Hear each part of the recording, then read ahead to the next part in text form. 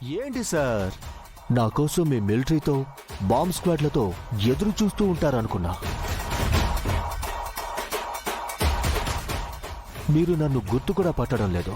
ఛా, నేను చాలా డిసప్పాయింట్ అయ్యాను సార్.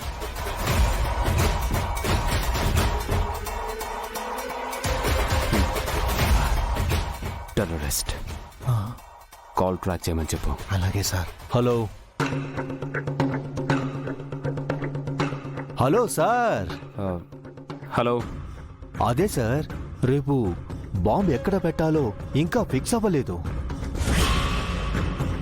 మంచి వెన్యూ చెప్తారని ఫోన్ చేశాను సార్.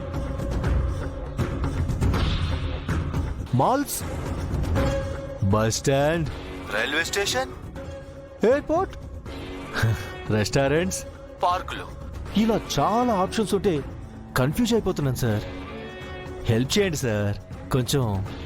రైట్, చంపేస్తా.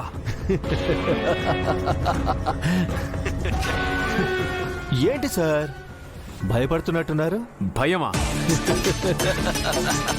చర్మాన్ని చీల్చే చలిలో తుపాకీని పట్టుకొని దేశ రక్షణ చేసిన సిపాయిన్రా నేను. రాయ్, నీలాంటి వాడికి భయపడతానని ఎలా అనుకున్నావు? ఏంటి, రాకీతో ఇక్కడి నుంచి వెళ్దాం అనుకుంటున్నావా? సిటీ కూడా దాటనివ్వను. అది చూద్దాం. రాకీ సార్ని తీసుకెళ్లడంతో పాటు నీ కళ్ళల్లో భయం చూశాకే నేను ఈ సిటీ దాటతా. సరే సార్, రేపు కలుద్దాం.